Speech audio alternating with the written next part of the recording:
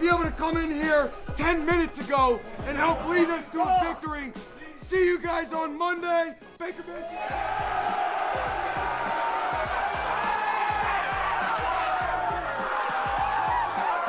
Oh, man, that's the way to fight for the man.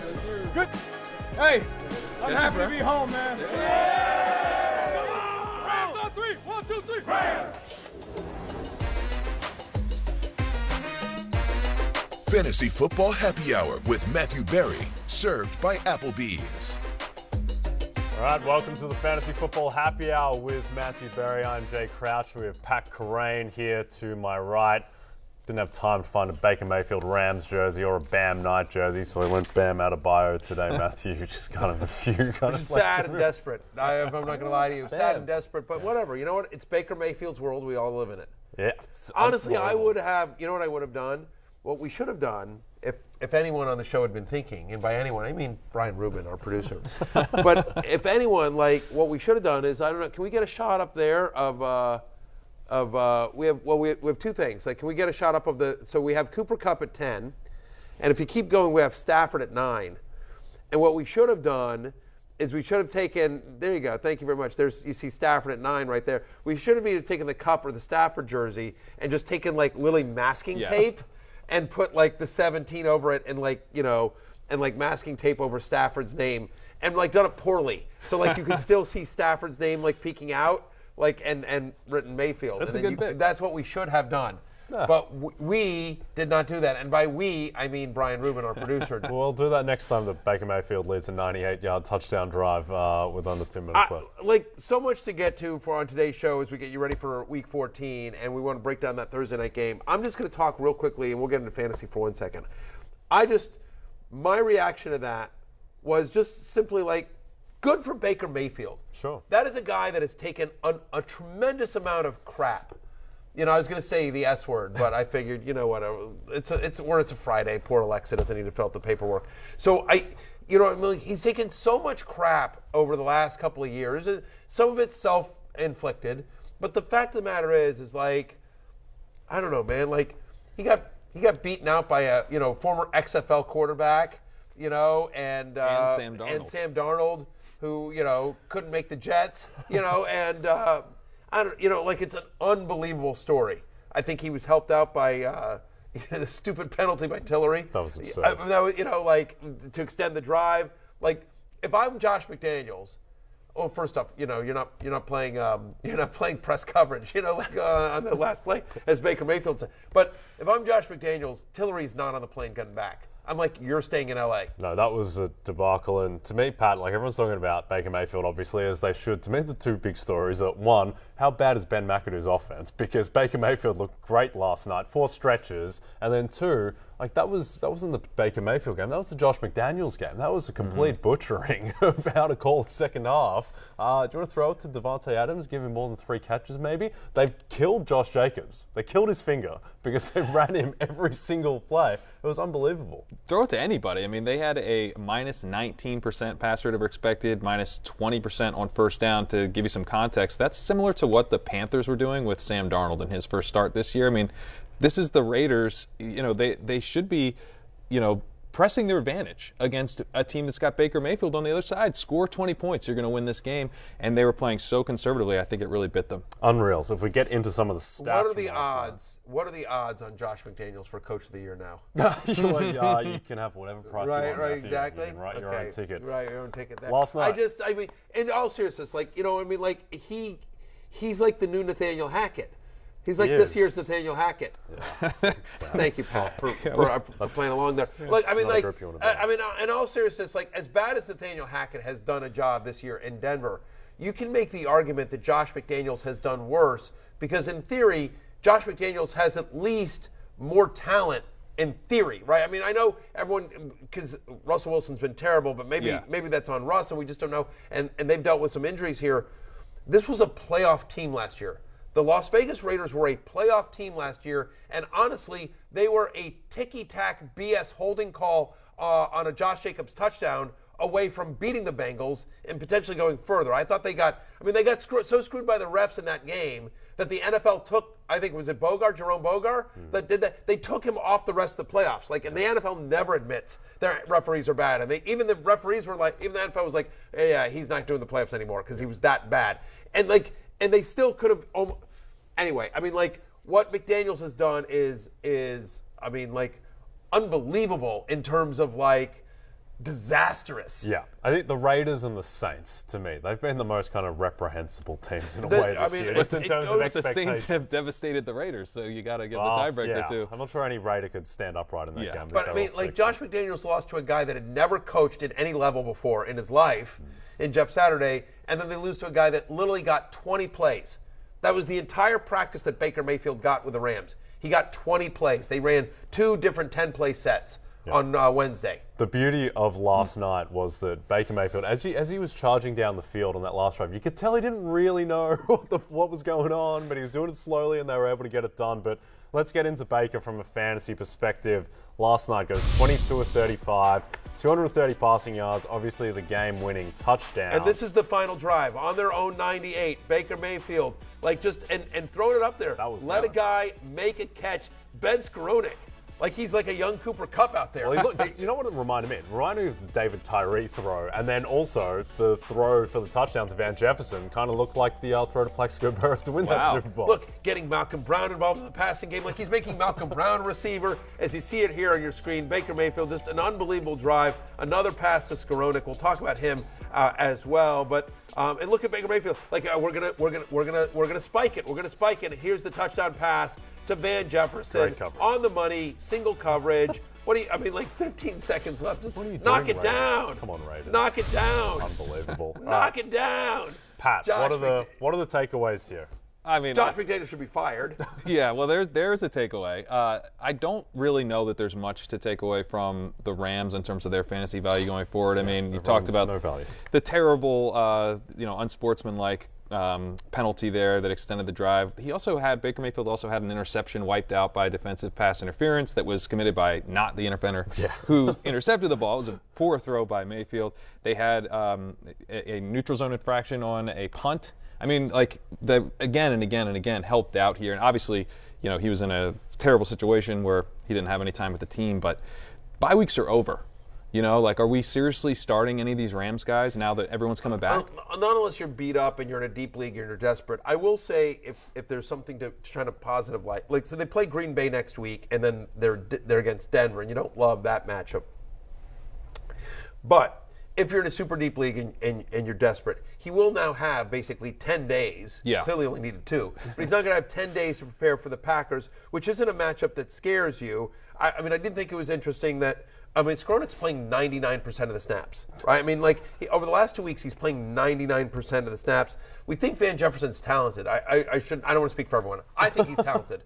He's shown flashes in the NFL. He has scored 3 touchdowns in his last 5 games. And so if there's and obviously Cam Akers got some usage. You owe me some chicken fingers though, because the under did hit. Thank you very much by 2 yards. Yeah, that hurt. By 2 yards. I feel like it should have gone over. It probably should have, but I believed in Cam Akers' inability to get yards after contact.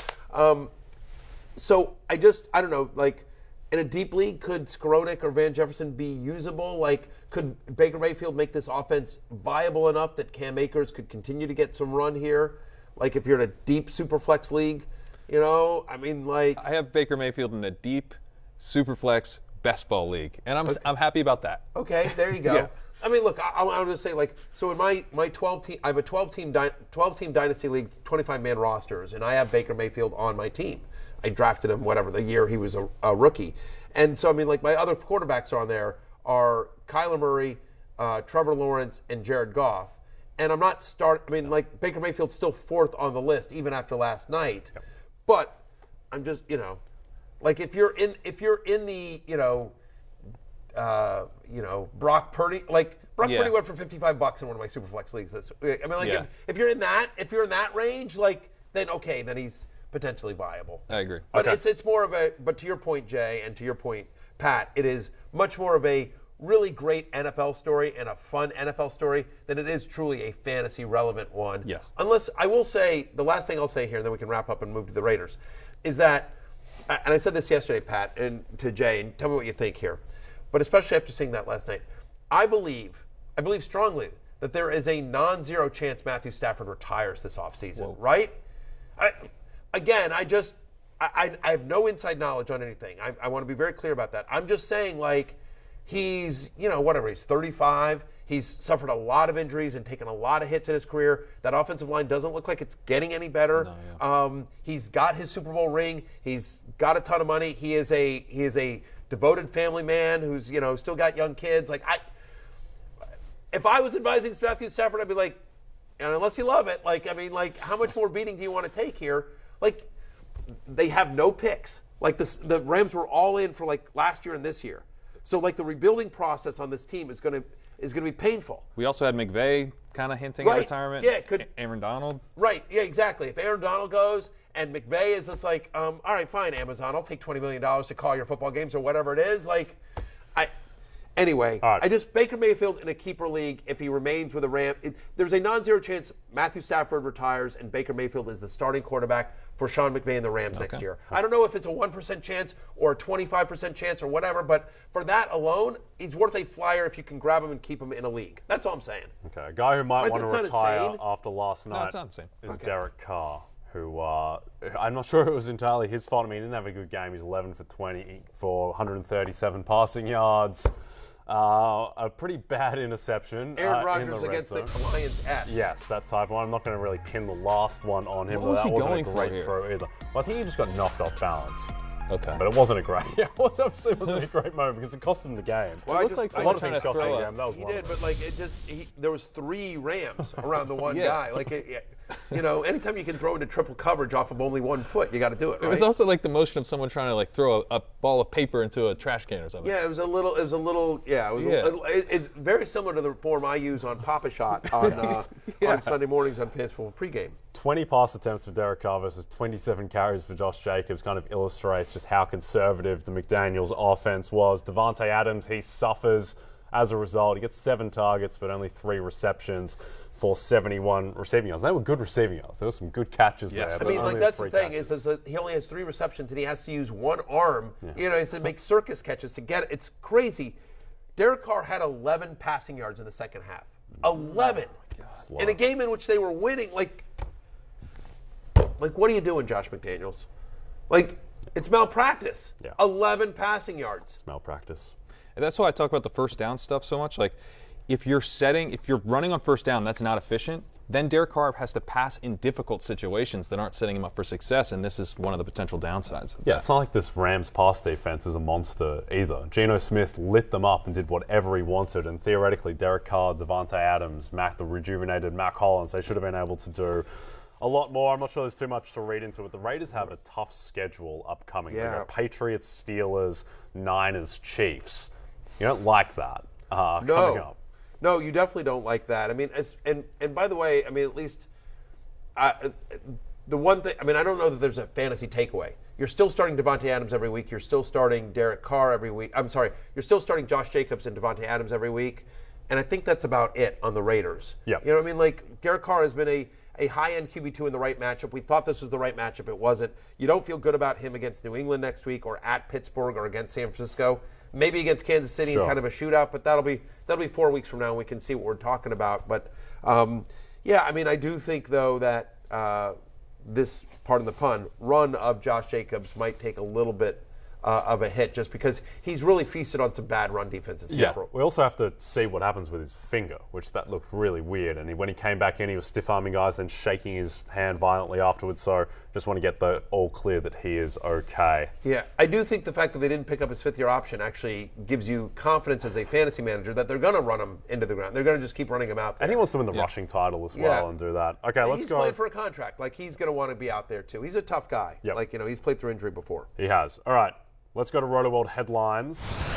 Start with a guy who might need to play through injury on Sunday, and that's Saquon Barkley.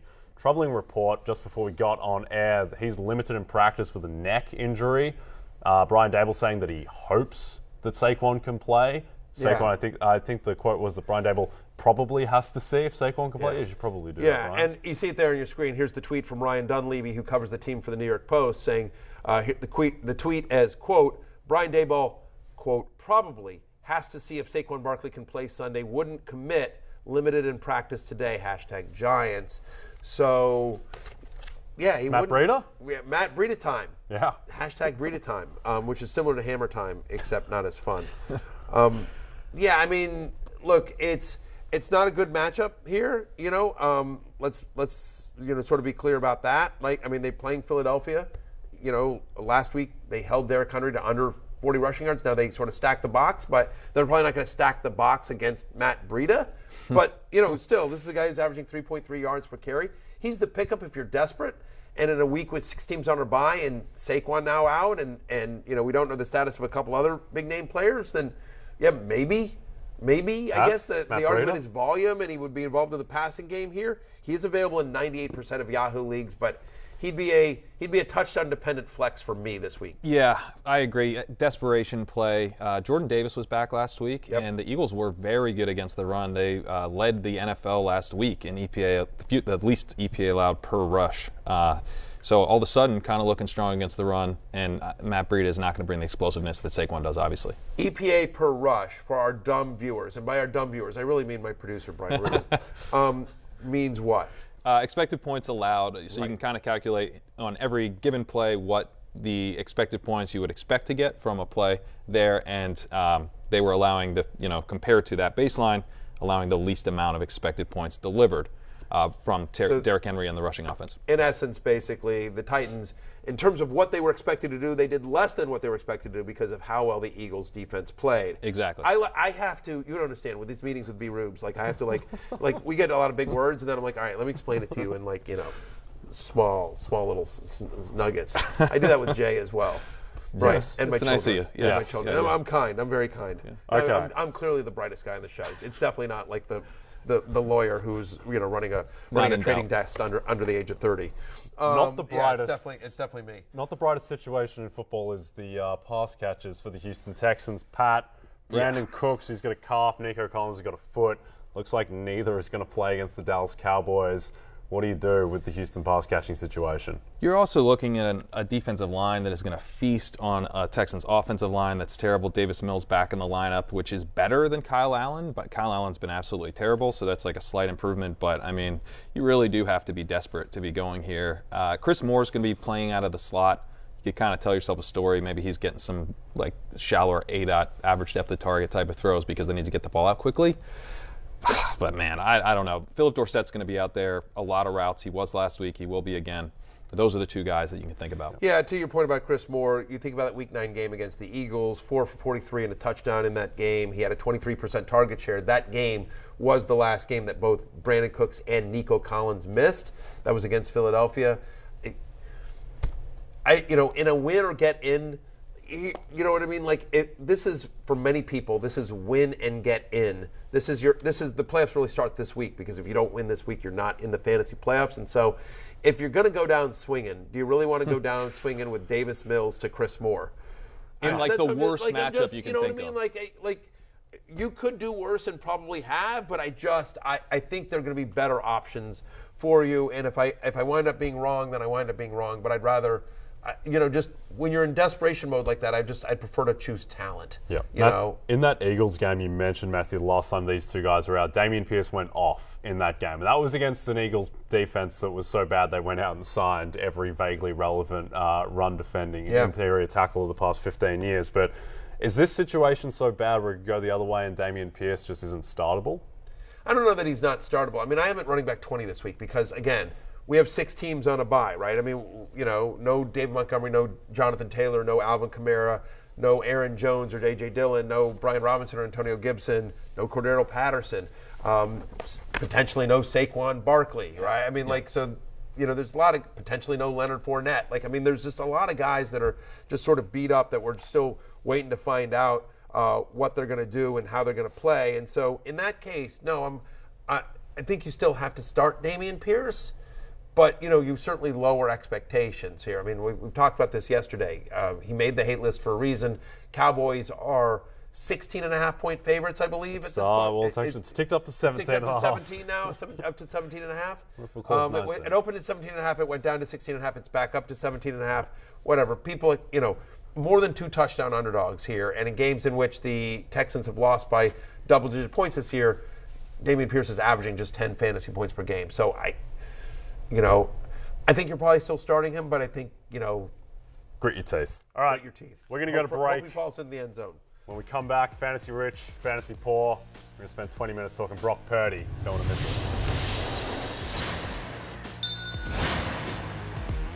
Hey, it's Matthew Berry from NBC Sports and Rotoworld.com.